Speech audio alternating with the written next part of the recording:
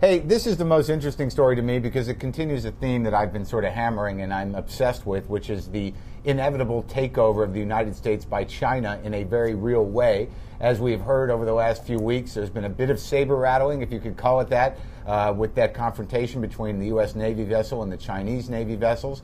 There was also a statement made by the president of China saying that he's not real clear about where the U.S. economy is going. He hopes that we can stay above water because he didn't quite say this, but he would hate to have to take action. He always also went out of his way, the defense minister of China, to say that this stuff that happened in the ocean out there was for real, that this is our territory and don't fuck with us. And now we find a guy named Ray Qinggang, and he apparently is the face of Chinese media. This is a young guy. He's 31 years old. He comes from the Chinese capitalist mold, though he is very patriotic or nationalistic in the neo-capitalist communist China way.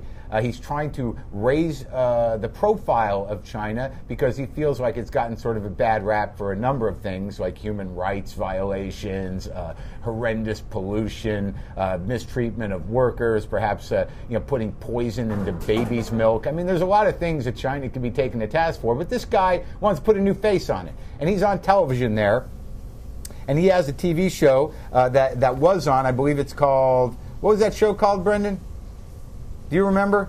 It was on their state-run channel, CCTV. Right, yeah. Well, the deal is that he's looking to branch out to America. He wants to get, now the Chinese state owns the media outlets, and they see that it's part of the propaganda ministry. But he's trying to encourage them, and they want to create a CNN or a BBC, an English-speaking, Chinese, 24-hour-a-day sort of financial entertainment station. And this is the guy that's going to spearhead it. And we got some footage. He does speak English. He's well-educated, and he is slick. And he wants to be China's face on the airwaves to bring in some of the younger and some of the American viewers to sort of start respecting the new bosses. Let's have a look.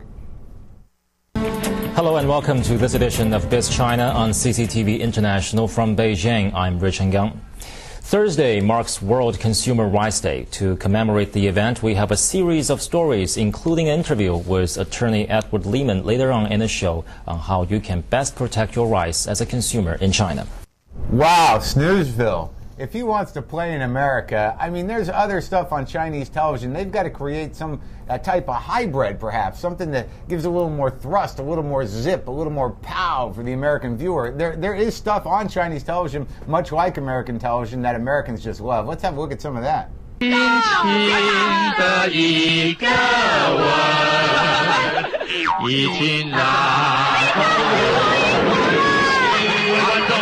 做好今天站低罩杯，低罩杯，持球一奔。计时开始，预备开始。阿北从下变成轻如刀割，来，轻手放开。